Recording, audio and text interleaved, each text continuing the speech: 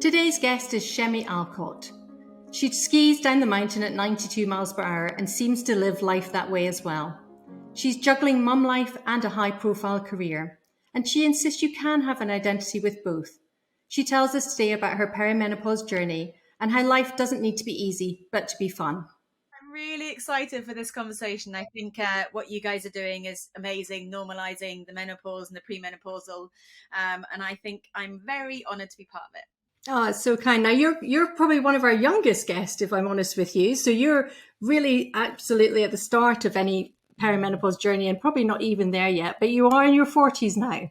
I think that I had a midlife crisis this year because at 40, I was like, right, I want to do a challenge. I want to push myself out my comfort zone with no snow in sight.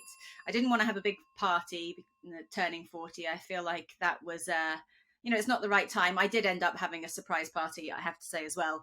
But so we headed down to the Amazon, and I got back about a month ago with I just about recovered. My skin's healed from all the bites and the sores and everything that we had. Lovely mementos from the Amazon. So you're an adrenaline junkie. That's basically it. You're still an adrenaline junkie, even though you're a mother, because often it sort of tapers off when you become a mum. I actually I actually was looking forward to become a mother and feel a bit more fear in my life, to go, these are my boundaries. And now that I'm responsible for two amazing little human beings, I won't push myself so far. It didn't happen. And it's something I'm quite proud that didn't happen, because I haven't changed as a person as well. I think I've seen a lot of mothers live through their kids, and that's fantastic if that's what they want to do. But like you said in the introduction, a lot of people lose their identity, who they were before they have children, and they feel guilty for finding that identity. Well, I never let pre-baby Shemmy go. I went back to work 2 weeks after having kids, which is not recommended, especially skiing. But I didn't want to give my job at BBC Ski Sunday away. I wanted to prove more to myself than the team that I could do it.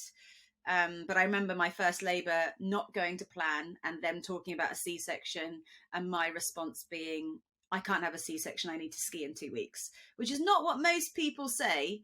Obviously, I was putting my son's health behind mine at that point, but it was because of, all the medication, and I would have had a C-section if it had been necessary. But yeah, I was skiing 2 weeks afterwards. It wasn't very good skiing. I did give my body a little bit of time to heal. But yeah, I think that was my ego. I have an ego from being a downhill ski racer. My ego hasn't gone. Sometimes it's really helps me to be my very best, and other times it does stand in the way. But I'm very good at being honest with that part of me. I think to be so successful in competitive sport, you do need to have an ego, though. There's no way that that's going to work unless you want to be the best. I read recently, when I was doing research on you, that you talk about a lot of mums, when they maybe have a few years off, if they're big skiers before, then they have kids, and then they maybe don't ski for a few years, and actually you lose it. And you think that's probably why you've kept your adrenaline junkiness, if we call it that, or your drive or your ambition, because you skied almost straight away. Yeah, there's actually a really horrendous stat that I found a few years ago when I was trying to promote mums getting back to sport and back to things they're passionate about. And that is that if you have skied your whole life, and then you have children and you don't ski within the first 5 years of your children being born, then you'll never ski again. The stats are really high to say you'll never go there again. And I was like, that's really disastrous, because it's something you're passionate about. I think skiing's got a bad rep, and I'm not a great one to talk because of all my injuries. But people think it's dangerous, so they think it will affect their ability to do their work and their motherhood skills. But it's not about skiing in this situation. It's about getting out there and being who you were before, and being confident enough to say, I can still be that woman. And this happens for fathers as well. I don't want to be sexist with this. And there's no shame in finding that, but there's that horrendous guilt that you feel. I remember going back to work post babies, and when I was working, I wanted to be with my kids. I felt really bad. I wanted updates all the time from Dougie. What are they doing?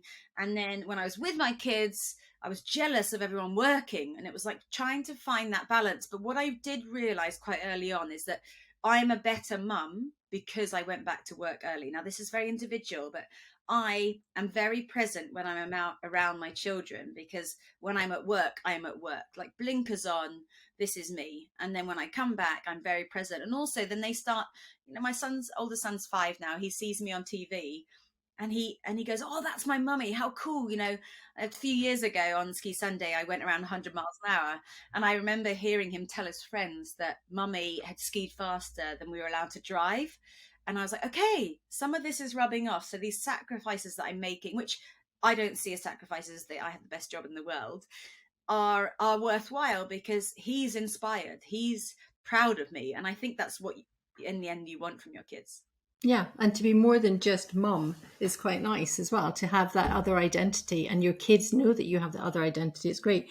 Now, we've gone off on a complete tangent already, Chemmy, which I kind of knew would happen because you're so great at chatting and doing all this kind of stuff and being so inspirational. But we do normally start the podcast with a kind of what's your morning routine? And it's kind of about how do you set yourself up to have, I'd imagine in your life, a really positive and healthy day. Do you have any tips or routines that you go through? Okay, I'm going to tell you what I would love to do if I had the ability to do it, but I'm going to be really honest, and every day is completely different. Some days I wake up and there are two kids lying on top of me in my bed, and all I dream about is being able to get up and do some yoga, just 15 minutes before they get up, have a coffee, and then come up and have cuddles and start my day. That, I can tell you, has happened maybe 2 days in the last 5 years. So the likelihood is that everything goes off plan. And I think as a mother, you need to be ready for things to go off plan, but to take the moments that you can. Um, I I love to reflect, to self scan in the morning.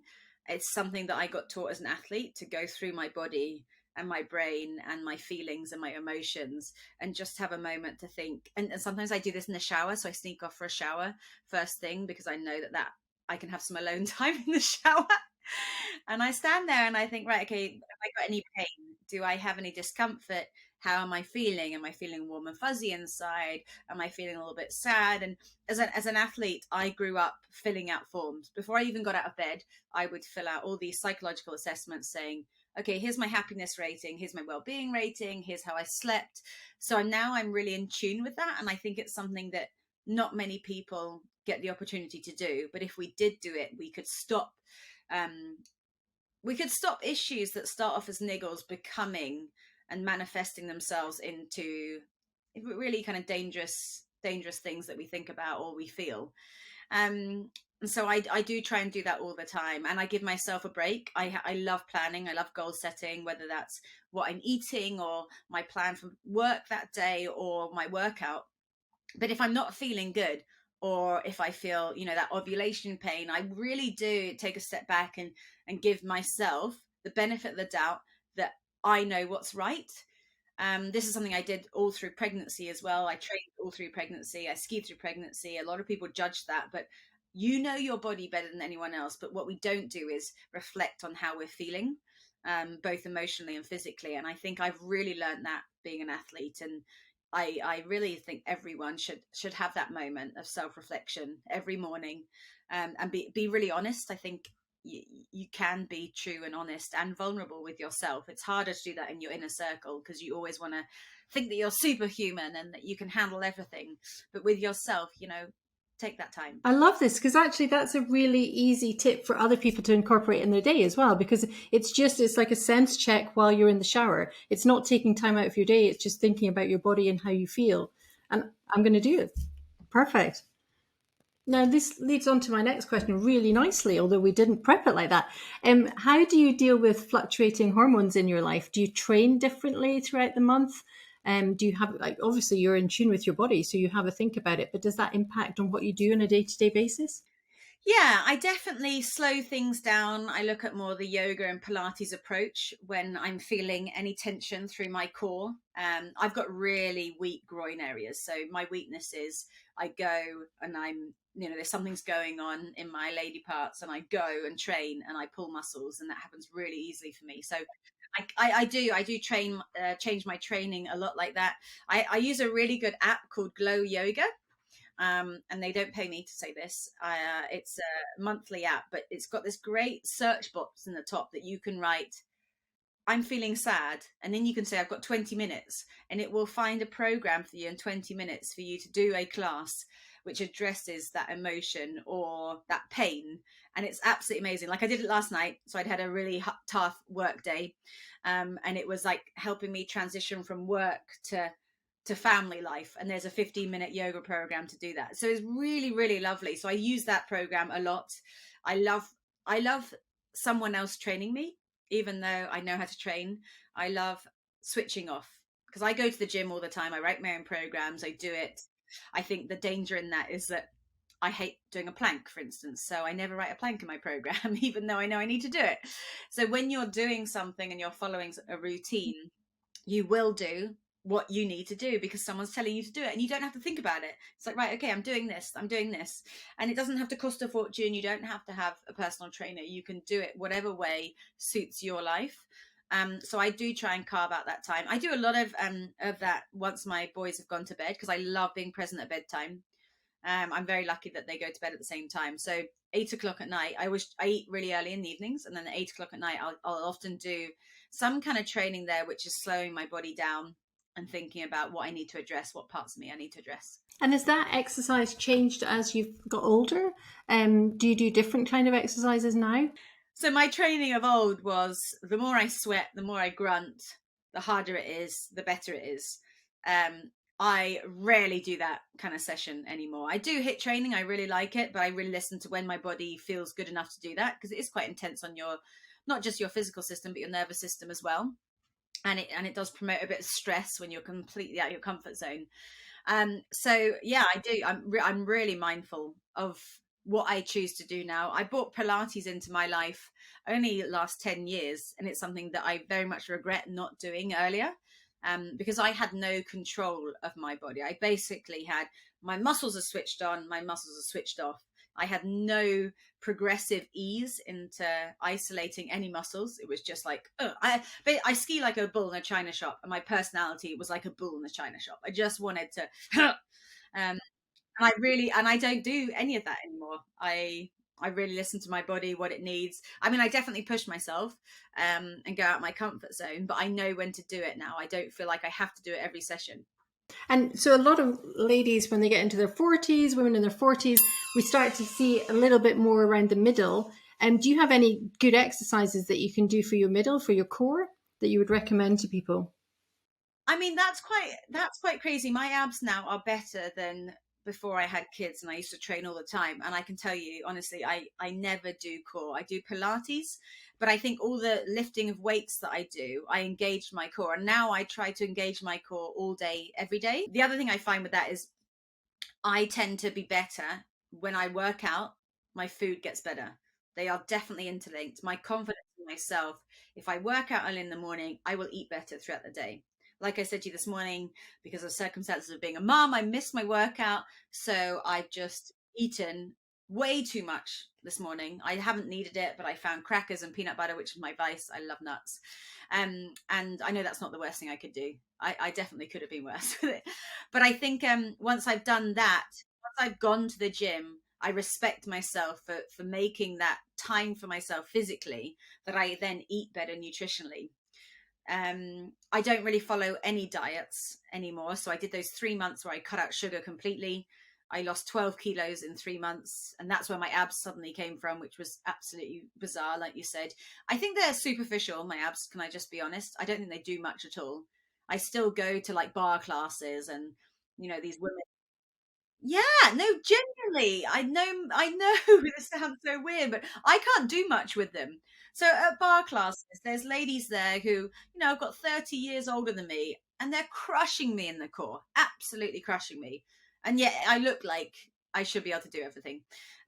But anyway, I don't, I mean, we've all got something you got to sing about. I mean, I think my bottom and my cellulite makes up for the negative side of it. So just show what you've got, right? It's so bad. Women are so bad. They're always so keen to sort of tell their negative parts rather than their good parts, aren't they? It's like, let's share our negativity with each other.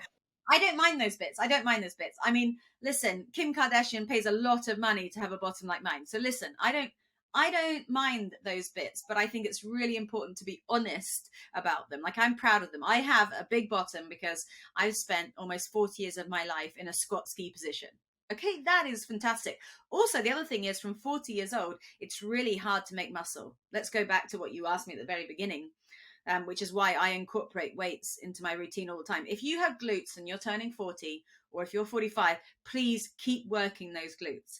I remember Sarah saying to me, you gotta stop running, because when you run, those glutes, if you have them, pull down and you end up having a flatter bottom, which I don't want. I love having this kind of curvaceous rear. So that was really interesting for me to learn that actually the muscle creation process does start dwindling when we get perimenopausal or menopausal, the same kind of age. So it really is kind of, that's when you need to start altering your training. We talk a lot about that actually, and doing sort of weight bearing exercises, which sounds, I think, to some people sounds a bit of a worry and maybe a bit extreme, but actually all we really mean by that is doing some squats and thinking about your own body weight rather than having to do extreme exercises at the gym. It's quite easy to do just in your home, isn't it? Oh, definitely. I mean, online, everywhere, you need a couple of water bottles to add weight. You hardly need any weight at all. We've been very creative over the last few years, online, putting up loads of information for people to train at home. And actually, when lockdown did hit, before I was able to go away, my body got better than it did when I was going to the gym, because I was able to do all this weight bearing loading in my house in my own time. So I ended up doing more of it, and I was also trying to help people stay active online. But I think don't be scared of it. I've gone on an endurance phase in the past to try and lose weight, and it didn't work for me at all. Weights and kind of really loading your body in those specific movements, it does help you tone up. And changes your shape as well. Now, I'm sure our listeners want to hear all about your skiing career as well. So, what made you? When do you remember first thinking, "I'm going to be a skier and I want to be the best of the best"? So when I was 5, I had a dream that I won the Olympics, and I ran downstairs and we had kind of crazy, yeah, crazy sporty household. So a bit of background. My father was a rugby player. My dad was a swimmer. So I always say I got his glutes and her lungs, and I was made genetically to be a mountain goat. But the truth is, I've got elder brothers, and they were really good when they started skiing, because my parents weren't allowed to ski when they were both in their careers as athletes. So when they retired, they started skiing, which was the same time my brothers were born. And my brothers took to it like duck to water. They were very good. They were talent spotted, and people were like, these guys could be racers. And that was before I was born. So when I was born, the first few years, all you do is want to be like your siblings. All you want to do is catch up with them. And then, so I started when I was really young. And then, yeah, at 5 years old, I dreamt I won the Olympics, and I came down. I remember telling everyone, oh, I had this great dream. And my parents made me draw a picture of the dream. Horrendous. I mean, I'm terrible at art. Um, and I didn't really understand why, but a few years later passed, and I get to teenage years, and I said to my mom, "Oh, it's getting quite tough now. I'm making all these sacrifices. I feel like I'm losing out on friendship groups." And she's like, "Well, do you remember that dream you had? That's why you're doing it." So it really helped me look at the bigger picture, that this little girl had a dream to be her very best. And it is quite hard as a female athlete. I mean, it's hard as a male athlete as well, but there is a horrendous culture, and more so currently than when I was younger, that young girls don't want to be seen to be trying in sport, because it's not cool. Actually, it's not just sport; it's in life. If you try really hard to achieve something, if you're ambitious and confident enough to say, "I want this," you're not received well. You're received as someone who's arrogant. Whereas I mentor young boys, and when a young boy says that, we say, "Hey, amazing to have that confidence. Great dream. Go get it." And girls don't think they can be like that. And this is women as well. I'm just, being gender kind of irrelevant right now, but it's something that we really need to promote, this ability to go out there and try even though you may fail. And I had a huge amount of confidence when I was younger. At 10 years old, I went to New Zealand on my own during the summer holidays from school, to ski at 10 years old. And it's crazy. I meet 10-year-olds now who aren't able to leave their family, but I was so driven to go and harness my potential and push it, and I love skiing so much that I did that. And I just think I had this amazing family around me who sacrificed a lot for me to be a ski racer, but also always promoted my self-belief. And that could have come across badly. I remember I hid behind my mum a little bit, when I was trying to be popular. We used to go around this dry slope tour in the UK, and everyone wore, baggy trousers and baggy jumpers, and it was a ski race. And so my mum's like, look, do you want to win? And I said, yeah, I want to win. She said, well, what they're wearing and what you're wearing right now isn't aerodynamic. And I was like, okay, well, how can I be faster? So she bought me these horrendous, shiny orange leggings with spider webs all over them. And I used to wear them every weekend, and I would win wearing these. And all my peers would take the mickey out of me because I was wearing them. Of course, it was not fashionable. And I would say, oh, my mum's making me wear this because if I didn't wear it, she won't drive me here. So I hid behind my mum, and my mum was an incredibly strong woman. She did a degree in women's liberation. She was all about, a feminist, putting us first as women. And so she let me do that, which was kind of an amazing thing because it made her out to be a pushy mum, but she knew that the other side of that was me being lonely and seeing as an outcast because I was so driven. So I'm always very thankful for her for doing that. Looking at your career, you probably, because of the career you've chosen, you've had an enforced career change because you can't keep being a champion skier your whole life. Your body would literally fall apart. So you went into presenting, and we're looking at a lot of women in their 40s and 50s that actually do a similar thing. They have a career change for different reasons. How have you found changing that? Do you get a lot of inspiration from doing something different now? First of all, it's really challenging. We talked a bit about loss of identity already with motherhood, but I see so many people trapped in doing something they're not happy. It doesn't make them happy, and the world is very short.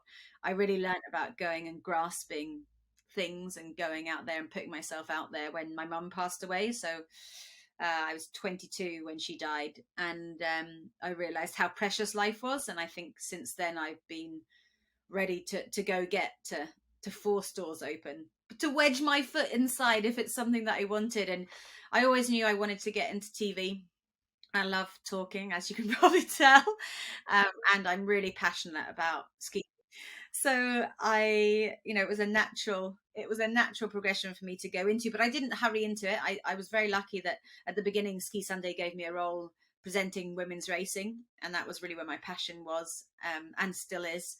And then kind of slowly stepping up to the lead role. This will be my third season in that, and it is really my dream. When I was 5 and I wanted to win that Olympics, I was already obsessed with Ski Sunday. It was the one time in the week where my whole family would sit on the sofa together and watch it. And I was like, I want to be that one day. I want to be those people. I want to be on TV presenting this show after I won the Olympics. And I didn't do the former goal, but I still got to where I went to. And I think that's a really important life lesson as well. Just because you don't tick the goals going up to it doesn't mean that you can still aim high. I love that you keep going and you keep being motivated with yourself. Obviously, health and well-being are supremely important still in your life now. Do you have any nutritional things that you do every day to keep yourself healthy, or every week that you incorporate into your lifestyle? Yeah, I mean, I'll talk about supplements later, but I eat a lot of vegetables. I do not need carbs. Some people do, some people don't. I don't need them for energy. I have eggs every single morning. I have a cooked breakfast. When I'm feeling pain or inflammation in my body, I have salad for breakfast, which I know a lot of people find very, very weird. But dark greens. Why do you do that? What's the rationale behind it? So, well, it was Ed Lee, who's my co-presenter on Ski Sunday. He's really into health and well-being. And he did some experiments a few years ago where instead of having just a normal high protein breakfast, he brought in salad leaves, and he noticed that his inflammation in his body was much better throughout the day.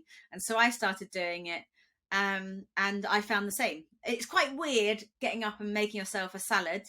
I put eggs on top of it and things like that, but it's something that I do a lot. I still drink too much coffee. It's definitely my vice.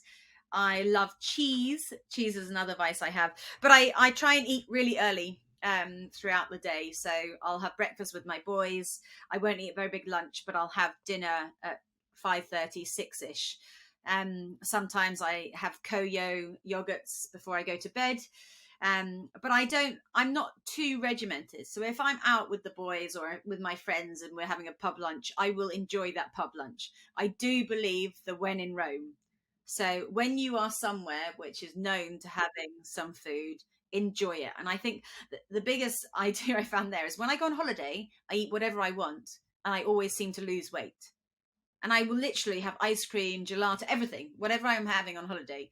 And I think a lot of people find this. I mean, obviously, alcohol is a little additional calories that we don't control enough when we're on holiday. But and I think that when you really relax into things and you give yourself a break and you let go of that guilt, because I have a horrendous relationship with guilt and food.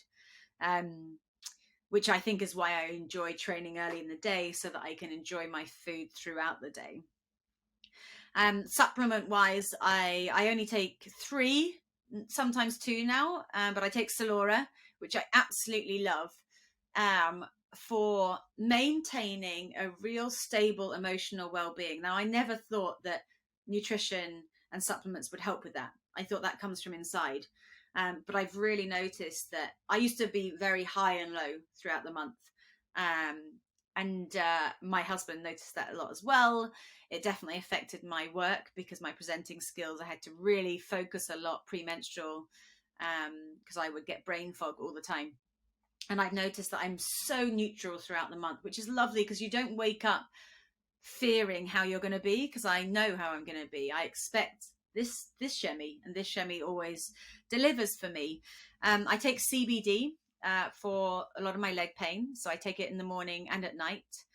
And sometimes I take active iron as well if my iron's low, and that's just something I feel and I know. I have black pudding every time I'm on my period. You know, I've got things that I do that I've learned work for me, and I know they don't work for everyone, but I do have more steak and more spinach when I'm on my period. So it's just about having that knowledge to follow your own path. I think if you believe what you're taking, if it's psychosomatic, there's no issues with that at all. You know, if it makes you feel good, do it. And that was really lovely of you to mention Slora. We're not trying to plug it here at all, but that was really kind of you to do that. And I'm in an amazingly fortunate position where brands come to me and they pay me to say things, and that's fantastic. But I would never do that nutritionally unless it benefited me, because I think that's really wrong, to not have a true voice with well-being. And the same with CBD. After I tried CBD for the first time, I wrote to the brand that I tried and I hounded them because I wanted to get this message out that I was finally pain-free after 10 years of living with pain every day. And the same with you guys, that I know what's in my Solora supplements. And if I was to try and find those elsewhere, I'd probably be taking 10 other pills every single day. So to have them so neat and so easy like that. But I'm definitely, you know, it's kind of an addiction. Like when you know you feel this good about yourself, you worry about if I'm suddenly going to run out in the mountains, or how do I replace that? But I think it's fantastic to have that resource in front of you. Oh, that's really kind. Don't worry, we won't let you run out. Don't worry about that. We normally end our podcast with a top tip for sort of health and well-being. I feel like you've given us loads already, but do you have kind of one that you could just give as a takeaway to our listeners? Yes, and it's something that I do as a coach, I do personally, and it's that every day when I go to bed, I try and think of 3 things that I've done well today. 3 things that I've achieved. Sometimes they are physical, sometimes they're mental, sometimes they're professional, other times they're family orientated, but 3 things that I can pat myself on the back and go, I've done that well. And then 3 opportunities for tomorrow. I've heard people call these 3 weaknesses of the day, but I think that's a horrendous thought process. So 3 opportunities. How can I be better tomorrow than I was today? And that might be getting up 5 minutes earlier, having a shower, having a body scan. And then really importantly is one thing that made me laugh. Okay, whatever it is, one thing. What did I do today that I had a giggle? Now, it might not be an external giggle, but you might have been in a meeting and someone said something and it made you feel hot inside, warm inside, warm and fuzzy, not hot inside. That's a different feeling. But one thing that made me giggle, and I think that with that, you know that every day you're growing, every day you're giving yourself the chance to be a better version of you. And again, something really easy to incorporate into your life, not something that's tricky at all. So really easy for everybody to incorporate. I love it. Thank you so much. I've Really enjoyed our conversation. We've been chatting a bit online, and it's just so nice to actually speak properly and hear all about you. So thank you so much for coming in today and joining us, Chemmy. Thank you so much for having me. A special announcement from Salora, our show sponsor. Salora is a natural monthly supplement to support your mind and body in perimenopause and beyond. As a thank you for listening to our show, claim 50% off your first month using promo code UNPAUSE50 at salora.com.